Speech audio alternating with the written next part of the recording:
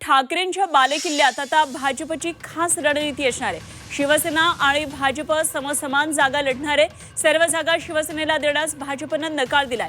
ठाकरेंच्या बालेकिल्ल्यात वर्चस्व वाढवण्याचा प्रयत्न असणार आहे। यामध्ये लालबाग, परळ, दादर, माहीम, भायखळा, वरळी या भागामध्ये भाजप समसमान जागा लढण्यासाठी आग्रही असल्याची माहिती कळतेय। मुंबईतल्या फॉर्म्युलाविषयी ही आणखी एक महत्त्वाची घडामोड सध्याची। भाजपनं ही खास रणनीती आखली आहे। ठाकरेंच्या बालेकिल्ल्यामध्ये लढण्यासाठी शिवसेना आणि भाजप आता समसमान जागा लढणार असल्याचं कळतंय आणि सर्व जागा शिवसेनेला देण्यास भाजपनं नकार दिलेला होता। तरी ठाकरेंच्या बालेकिल्ल्यामध्ये वर्चस्व वाढवण्याचा हा महायुतीचा प्रयत्न आहे। लालबाग, परळ, दादर, माहीम, भायखळा, वरळी हा जो भाग आहे तो ठाकरेंचा बालेकिल्ला समजला जातो। या भागामध्ये भाजप समसमान जागा लढण्यासाठी आग्रही असल्याची माहिती कळतेय। आमचे प्रतिनिधी ओम देशमुख सध्या या संदर्भात आपल्याबरोबर जोडले गेलेत माहिती देण्यासाठी। ओम, काय नेमकी भाजपची स्ट्रॅटेजी आहे की जेणेकरून अधिकाधिक वर्चस्व मिळवता येईल? कशा दृष्टीने सगळी आखणी केली आहे?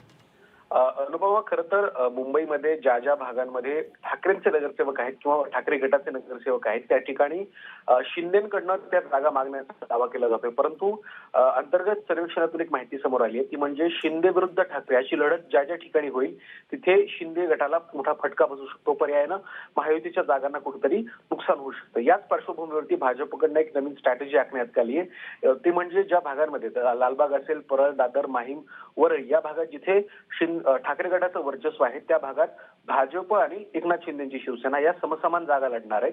त्यामुळे जे संभाव्य नुकसान आहे ते टळेल आणि भाजप सुद्धा काही ठिकाणांवर आपला उमेदवार देऊन आपला जो मताधिक्य आहे किंवा आपली जी वोट बँक आहे, वोट शेअर आहे तो वाढवण्याचा प्रयत्न करणार आहे। त्यामुळे दोन पक्ष एकत्र येऊन ठाकरेंच्या बालेकिल्ल्यामध्ये शिंदेच्या बालेकिल्ला शिंदे आणि भाजप एकत्र येऊन ठाकरेंच्या बालेकिल्ल्यात त्यांना कुठेतरी वर्चस्व जे आहे त्यांचं ते थोपवण्याचा प्रयत्न करतात। त्यामुळे माजी नगरसेवक असलेल्या ठाकरेंकडच्या जागा सुद्धा आता पूर्णपणे शिंदे गटाला देण्यात येणार नसून काही जागा भाजपमुळे समसमान जागा वाटप लढून शिंदेच्या एकंदर जागा भाजपसोबत घेऊन ठाकरेंना आव्हान देण्याचा हा प्रयत्न भाजपकडनं केला जातोय।